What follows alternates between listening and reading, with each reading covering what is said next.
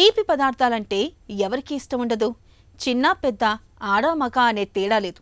అందరూ తీపికి దాసులే. నిజానికి చక్కెర అనేది మన శరీరానికి అవసరమైన శక్తిని అందించడమే కాదు, మనకు ఆనందాన్ని కూడా అందిస్తుంది. అదే దీని ప్రత్యేకత.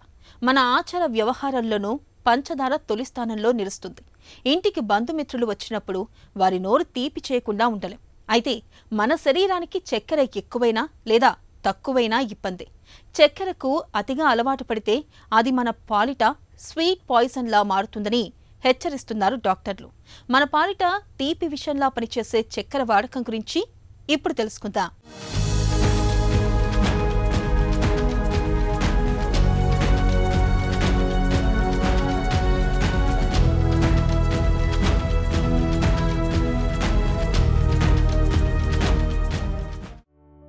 తీయగా నోట్లో వేసుకుంటే ఇట్టే కరిగిపోయే పంచదారంటే చిన్న పెద్ద అందరికీ ఇష్టమే.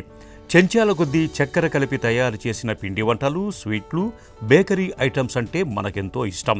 ఇక మన ఆచారాల్లోనూ పంచదార తొలి స్థానంలో నిలుస్తుంది. ఇప్పుడంటే మిఠాయిలు ఇస్తున్నాం కానీ ఒకప్పుడు ముందుగా గుప్పెడు పంచదార నోట్లో పోసేవారు. స్వాగతం పలికినా, శుభాకాంక్షలు తెలిపినా, ఆశీర్వదించినా అన్నీ తీపితోనే. పిల్లాడు పరీక్షలకు వెళుతున్నా, అమ్మాయి ఇంటర్వ్యూకు బయలుదేరుతున్నా తల్లులంతా చేసే మొదటి పని నోరు తీపి చేయటమే. మెదడు చురుకుగా పనిచేసేలా చేయటమే దీనికి కారణం కావచ్చు. నిజానికి మనలో చాలామంది ఉప్పు దుష్ప్రభావాల గురించి తరచూ మాట్లాడుతూ ఉంటారు, ఆందోళన చెందుతూ ఉంటారు. కానీ చక్కెర తెచ్చిపెట్టే అనర్థాలను పెద్దగా పట్టించుకోరని చెబుతున్నారు డాక్టర్లు. మీరు డయాబెటిక్ పేషెంట్సా లేకపోతే హైపర్ టెన్షన్తో బాధపడుతున్నారా? వీటన్నిటికీ మూలం ఎక్కడుందో తెలుసా? మనం రెగ్యులర్గా తీసుకుంటున్న షుగర్స్. మీరు చాలామంది కన్ఫ్యూజ్ అవుతూ ఉంటారు, నేను ఎక్కడ షుగర్ తీసుకుంటున్నాను, కాఫీలో కలుపుకోవట్లేదు, టీలో కలుపుకోవట్లేదు, మరి నేను షుగర్ ఎక్కడ తీసుకుంటున్నాను అని. సో మనం మార్నింగ్ లేచినప్పటి నుంచి ఈవినింగ్ మన డిన్నర్ ముగిచ్చే వరకు మనం తీసుకుంటుంది ప్యూర్లీ షుగర్. ఈ ప్యూర్లీ షుగర్ అని ఎందుకు అంటున్నానంటే, మన స్టార్చీ ఐటమ్స్ అన్నీ లేదా ఈ ఫ్రూట్ జ్యూసెస్లో ఉన్నవన్నీ ఆల్మోస్ట్ కంప్లీట్గా షుగర్తో సమానం. మనం తినే ఆహారాన్ని బేరీజ్ వేసుకుంటే మార్నింగ్ లేచినప్పటి నుంచి మనం ఇడ్లీలు కానీ, దోశలు కానీ, ఉప్మాలు కానీ, చపాతీలు కానీ లేదా పూరీలు కానీ, అంటే ఏదో మైదా పిండి ద్వారా కానీ లేదా గోధుమ పిండి ద్వారా కానీ లేదా రైస్ ఆధారితమైన ఆహారాలే ఎక్కువగా తీసుకుంటుంటాం. ఈ రైస్ ఆధారిత ఆహారాలు కూడా ఎక్కువగా మనం ఏంటంటే పాలిష్డ్ రైసు, వైట్ రైస్ లాంటివే ఎక్కువ కన్జ్యూమ్ చేస్తుంటాం. అలాగే లంచ్లో చూసుకోండి, మనకు రైస్ అన్నది ప్రధానమైన ఆహారం. అలాగే డిన్నర్లో కొంతమంది చపాతీగా కన్వర్ట్ చేసుకున్న చపాతీ లేదా రైస్ అన్నది ప్రధానమైన ఆహారం. ఈ గోధుమ పిండి కానీ లేదా మైదా పిండి కానీ లేదా రైస్ కానీ రవ్వలు కానీ ఇవన్నీ బేసికలీ స్టార్చ్ ఐటమ్స్. ఇవి సింపుల్ కార్బోహైడ్రేట్స్. ఇక్కడ మనము ఈ రైస్ అన్నది పొట్టును ఒలిచేయటం వల్ల పూర్తిగా స్టార్చ్ కంటే షుగర్ కంటెంట్ ఉన్న ఫుడ్ లాగా మాత్రమే తయారవుతున్నాయి. సో ఒక స్పూన్ షుగర్ తీసుకున్నా, ఒక స్పూన్ రైస్ తీసుకున్నా ఆల్మోస్ట్ ఈక్వల్గానే ఉంటున్నాం మనం. కాబట్టి మన స్టార్చ్ కన్జంప్షన్ కానీ లేదా ఈ పిండి పదార్థాల కన్జంప్షన్ కానీ ఆల్మోస్ట్ షుగర్తో సమానం. మన శరీరం కొద్ది మోతాదులోనే చక్కెరను అనుమతిస్తుంది. మన శరీరంలోని అన్ని కణాలకు అవసరమైన శక్తిని అందించేది గ్లూకోజే. మన శరీరంలోని మొత్తం గ్లూకోజులో సగం వరకు మెదడే ఉపయోగించుకుంటుంది. ఆలోచనలు, జ్ఞాపక శక్తి, నేర్చుకోవటం వంటి పనులకు ఇది చక్కెర మీద ఆధారపడుతుంది. అందువల్ల గ్లూకోజు తగ్గితే నాడుల మధ్య సమాచార వ్యవస్థ అస్తవ్యస్తమవుతుంది. దీంతో ఏకాగ్రత లోపిస్తుంది, విషయగ్రహణ సామర్థ్యం మందగిస్తుంది. డోపమిన్ హార్మోన్ తగ్గటం అనేది పార్కిన్సన్స్ జబ్బుకు దారితీస్తుంది. అలాగే అల్జీమర్స్, మయస్థీనియా గ్రేవిస్ జబ్బులు, మూర్ఛల ముప్పు పెరుగుతుంది. తీవ్ర కుంగుబాటు తలెత్తవచ్చు. ఇక చక్కెరను అతిగా తింటుంటే ఒంట్లో జీవక్రియలు అస్తవ్యస్తమవుతాయి, బరువు అదుపు తగ్గుతుంది. రక్తంలో గ్లూకోజ్, కొలెస్ట్రాల్ స్థాయిలు పెరిగి ఇన్సులిన్ నిరోధకత వచ్చేస్తుంది. చక్కెర తినే అలవాటు మెదడులో అనుసంధాన వ్యవస్థను క్షీణింపజేస్తుంది. ఫలితంగా ప్రవర్తన, నిర్ణయాలు తీసుకునే సామర్థ్యం సన్నగిల్లుతాయి. మతిమరుపు తలెత్తుతుంది. మెదడులో రక్త ప్రసరణ తగ్గుతుంది. దీంతో మెదడు పరిమాణం తగ్గటం, రక్తనాళాల్లో రక్తం గడ్డలు, వాపు వంటివి ఏర్పడవచ్చు. టైప్ 2 మధుమేహం గల వారికి అల్జీమర్స్ వచ్చే అవకాశం ఎక్కువ. ఒక్క మాటలో చెప్పాలంటే చక్కెరను మన పాలిట తీపి విషంగా చెప్పుకోవచ్చు. మనకు 3 రకాల షుగర్స్ మన దైనందిక జీవితంలో ఎవ్రీడే చూస్తుంటాం. ఒకటి గ్లూకోజు, అంటే మనం రైస్లో ఉండేది. రెండోది ఫ్రక్టోజ్, అంటే మనం టేబుల్ స్పూన్ షుగర్ తీసుకుంటే దాంట్లో గ్లూకోజు ఫ్రక్టోజు ఈక్వల్ రేషియోలో ఉంటాయి. అలాగే ఇప్పుడు ఫ్రూట్ జ్యూస్ తీసుకున్నారనుకోండి, దాంట్లో ఫ్రక్టోజ్ ఉంటుంది. ఫ్రూట్ తిన్నారనుకోండి, దాంట్లో కూడా ఫ్రక్టోజ్ ఉంటుంది. నెక్స్ట్ వచ్చి ఆల్కహాల్. ఈ 3 అన్నవి మనకు కార్బోహైడ్రేట్స్ కింద మనం కన్సిడర్ చేస్తాం. ఈ 3 మెటబాలిజము ఆల్మోస్ట్ ఒకే రకంగా ఉంటాయి. అయితే ఫ్రక్టోజు ఆల్కహాల్ మెటబాలిజం మోస్ట్ సిమిలర్గా ఉంటాయి, కానీ గ్లూకోజ్ మెటబాలిజం అనేది కొంచెం డిఫరెంట్గా ఉంటుంది.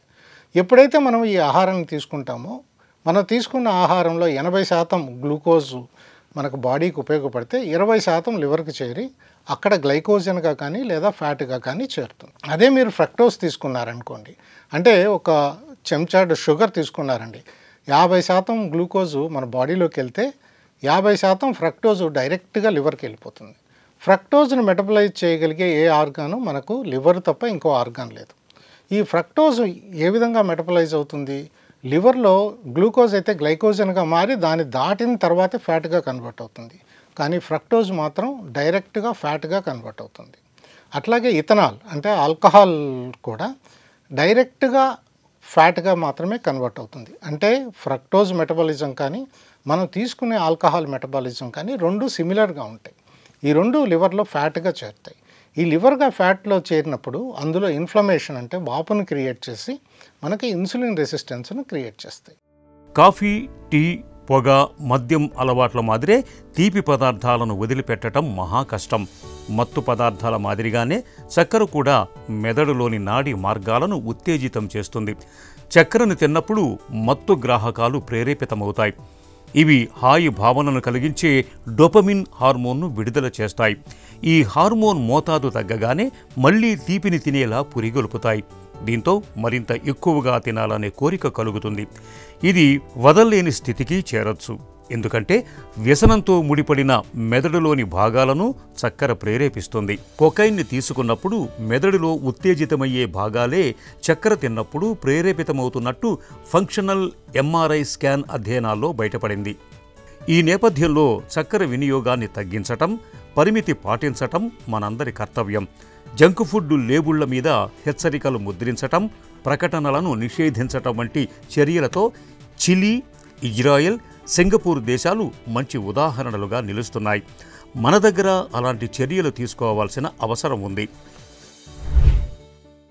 ముఖ్యంగా ఫ్రక్టోజ్ అనేది చాలా డేంజరస్. కాబట్టి ఫ్రక్టోజ్ మోతాదు కూడా 50 గ్రామ్స్ను దాటకూడదు పర్ డే.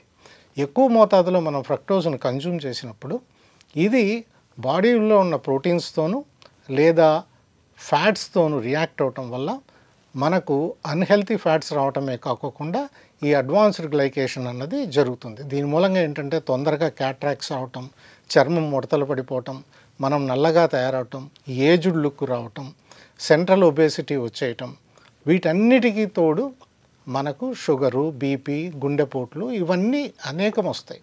మనమందరం చాలా అపోహలో ఉంటాం, ఫ్యాట్ తీసుకోవటం వల్ల నాకు గుండె జబ్బులు వచ్చాయని. కాదు, ముఖ్యంగా మనం తీసుకునే ఈ స్వీట్స్, సింపుల్ కార్బోహైడ్రేట్స్ ఇవి అత్యధికంగా తీసుకోవటం వల్ల మన బాడీలో ఈవెన్ యూరిక్ యాసిడ్ పెరగటానికి కూడా మనకు రెడ్ మీట్ అన్నది ఎంత దోహదపడుతుందో ఈ ఆల్కహాల్ కానీ, బీర్ కానీ, ఫ్రూట్ జ్యూసెస్ కానీ మనకు యూరిక్ యాసిడ్ అన్నది అధికం అవటానికి దారితీస్తుంది. దాని మూలంగా యూరిక్ యాసిడ్ ఎక్కువైనప్పుడు ఖచ్చితంగా హైపర్ టెన్షన్ అనేది రావటం జరుగుతుంది. కాబట్టి షుగర్ కన్జంప్షన్ అన్నది ఎంత లిమిట్ చేసుకుంటే అంత మన ఆరోగ్యానికి మంచిది. చక్కెర వాడకంతో సమస్యల తాకిడి పెరుగుతోన్న నేపథ్యంలో పంచదారకు బదులుగా ఇతర ప్రత్యామ్నాయాలను ప్రయత్నించటం మేలు. సహజంగా తీపిని అందించే వాటిలో తేనె ముఖ్యమైంది. చక్కెరకు బదులుగా తేనెను కలుపుకోవటం మేలు. చక్కెరకు బదులుగా ఎండు ఖర్జూరం, ఎండు ద్రాక్ష, అంజీర వంటి డ్రై ఫ్రూట్స్ను తీసుకోవచ్చు. వీటిలోని పోషకాలు మన ఆరోగ్యానికి ఎంతో మేలు చేస్తాయి. స్వీట్లలో చక్కెరకు బదులు డ్రై ఫ్రూట్లను వాడొచ్చు. చక్కెరకు బదులుగా బెల్లాన్ని వాడుకోవటం ఎప్పుడూ మంచిదే. బెల్లాన్ని మెడిసినల్ షుగర్ అని కూడా పిలుస్తారు. దగ్గు, మలబద్ధకం, అజీర్తి లాంటి సమస్యల పరిష్కారానికి ఇది ఎంతగానో ఉపయోగపడుతుంది. చక్కెరకు బదులుగా మనకు అందుబాటులో దొరికే పళ్లను కూడా వాడుకోవచ్చు. ఇలా సహజ సిద్ధంగా లభించే వాటిని వాడుకోవటం వల్ల చక్కెరతో తలెత్తే చిక్కులు తగ్గుతాయి. మన ఆరోగ్యం కూడా బేషుగ్గా ఉంటుంది.